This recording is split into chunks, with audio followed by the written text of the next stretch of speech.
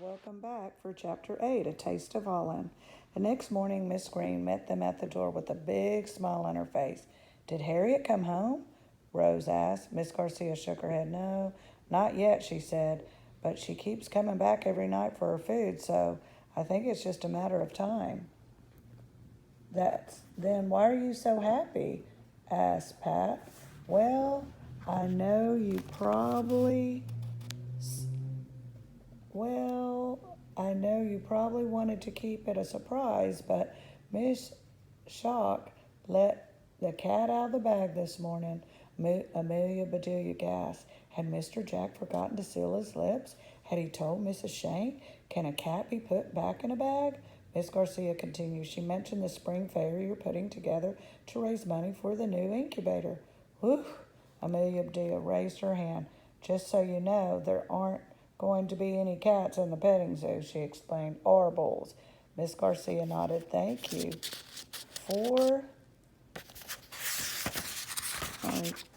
Thank you for clarifying that, Amelia Bedelia, and I could help you with any way you need at the fair. Just let me know what I can do. She beamed at the class. I'm just so proud of you all. I could burst my buttons. Amelia Bedelia was alarmed. She kept a close watch on Mrs. Garcia for the entire class. Thankfully, her buttons stayed in place. After school, Amelia Bedelia took Finally for a walk. That's funny, that's her dog's name, Finally. They headed for the park, but before they got there, they made a right on Larkspur Lane.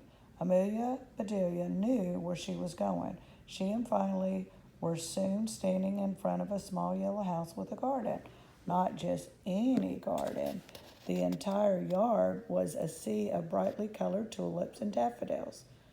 Everyone in the neighborhood called it Little Holland, after the part of the Netherlands where the owner, Miss Van Dyke, came from.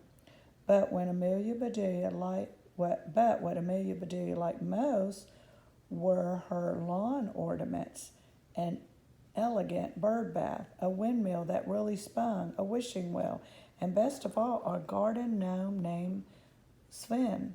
He had a white beard and a red hat and was holding a watering can as he surveyed the yard. From the look on his face, he approved. Everyone said that Mrs. Van Dyke had a green thumb. Amelia Bedelia had never seen it because Mrs. Van Dyke's hands were always covered by garden gloves. Mrs. Van Dyke had short, snow-white hair and twinkling blue eyes behind large pink glasses. She reminded Amelia Bedelia of Mrs. Claus. In addition to being a master gardener, she was also a world-class baker who shared her tasty treats with her neighbors. Hello, Mrs. Van Dyke, called Amelia Bedelia, ringing the little garden bell. Mrs. Van Dyke popped up from behind the wishing well. She was wearing a baby blue jumpsuit and an oversized straw hat and pink rubber clogs. Well, hello there, Amelia Bedelia, she said. Come right in. Amelia Bedelia opened the gate and stepped into Little Holland. Those grew from bulbs I planted last fall, said Mrs. Van Dyke, pointing out her latest tulips, their beautiful heads popping in the breeze. Amelia Bedelia stared at Mrs. Van Dyke. From the what you planted last fall? She asked. Bulbs, replied Mrs. Van Dyke. Light bulbs? Said Amelia Bedelia, her eyes wide. Mrs. Van Dyke nodded. They certainly weren't heavy, she said. That is amazing, said Amelia Bedelia. She was going to tell her parents. Maybe their house could be a mini Holland next spring. Oh, heavens, Miss Van Dyke cried. Where are my manners? I have a plate. Oh, here's the Holland. I have a plate of freshly baked cookies on my counter.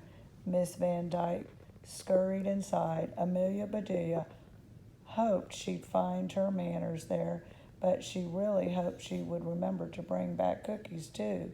She was relieved when Mrs. Van Dyke returned with a plate piled high. Here you go, Mrs. Van Dyke said proudly, setting the plate on a giant ceramic toadstool. Stroop's waffles, bless you, said Amelia Bedelia, That's what her mother said when someone sneezed. Thank you, said Mrs. Van Dyke. What are stroop waffles? Asked Amelia Bedelia. A treat from my homeland, the Netherlands, said Mrs. Van Dyke. It's a sandwich cookie, 2 thin waffles with caramel in between. Try one.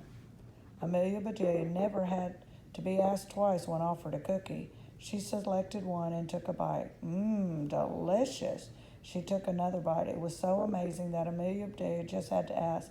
Mrs. Van Dyke were having a spring fair at school on Saturday to raise money to buy a new incubator for baby chicks. Would you please donate a batch of stroop waffles to our bake sale? I'd be pleased as punch, said Mrs. Van Dyke. We're okay for punch, said Amelia Bedelia, but your strong waffles will be a big hit. Amelia Bedelia wondered if Saturday would ever come. When the last bell rang on Friday afternoon, she and her friends actually cheered. It was time to set up their spring fair. They went to the cafeteria and got to work. Candy sat at the table with a big glass jar and an enormous bag of jelly beans. She began dropping them into the jar, counting each one as she did. Meanwhile, everyone else began opening the plastic eggs and filling them with chocolate eggs and gummy chicks and bunnies.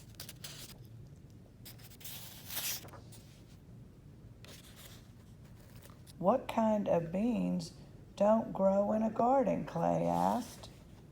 Jelly beans, everyone shouted back. Hey, Wade, said Heather, you're eating more candy than you're putting in the eggs. I've only had 7 pieces, argued Wade, or maybe 8. Okay, maybe 12, but that's it, he shrugged. Hey, I'm hungry. Candy groaned. Please stop blurting out numbers while I'm counting jelly beans. You distracted me. Now I have to start over. With a sigh, she dumped the jelly beans from the jar back into the bag and started over. When the jelly beans had all been counted, 767, which Miss Garcia carefully wrote down, and all the eggs had been filled, a few kids went outside to hide them. They tucked them in the crooks of the trees, under the bushes that lined the walkways, by the swing set in flower beds. Amelia Bedelia found a little hollow in a tree and put one of the eggs in there. It seemed like a great hiding place. She just hoped a squirrel wouldn't find it first. After all the eggs were hidden, everyone helped Clay and Cliff set up the obstacle course. There were planters to jump over, buckets and watering cans to weave around, a bench to crawl under, and a wagon full of rocks to pull a short. Oh, well, here's them getting ready for the spring fair. Pulled over for a short distance. They even incorporated the tree stump table to climb over and the tire swing to crawl through as a part of the course. Cliff pointed to the huge pile of bunny ears and cottontails next to the bunny hop obstacle course sign. Only 2 people can do the obstacle course at a time, he said. So, what are we going to do with all those extra ears and tails? I'm sure we'll think of something, said Mrs. Shank. Joy helped Daisy, Penny, Wade, Skip. Pat set up games and activities. There was a ring toss game, a face painting, a photo booth, the egg and spoon race, a rubber duck matching game, and a beanbag throw. They were going to set up a hat decorating table too, and Jackie from the upscaling art studio had agreed to bring her best trash treasure to decorate with, and Joy's sister had promised to bring the high school marching band to lead the parade. Last but not least, Amelia Bedelia set up the petting zoo with her wading pool from home and the pen Mr. Jack built for the bunnies. She could already picture the ducklings paddling around. She had put the pen over the greenest grass with the most clover. She was sure the bunnies were going to be very happy. The playground was transformed. Now, they just had to hope that lots of people showed up. They didn't want to disappoint Miss Garcia.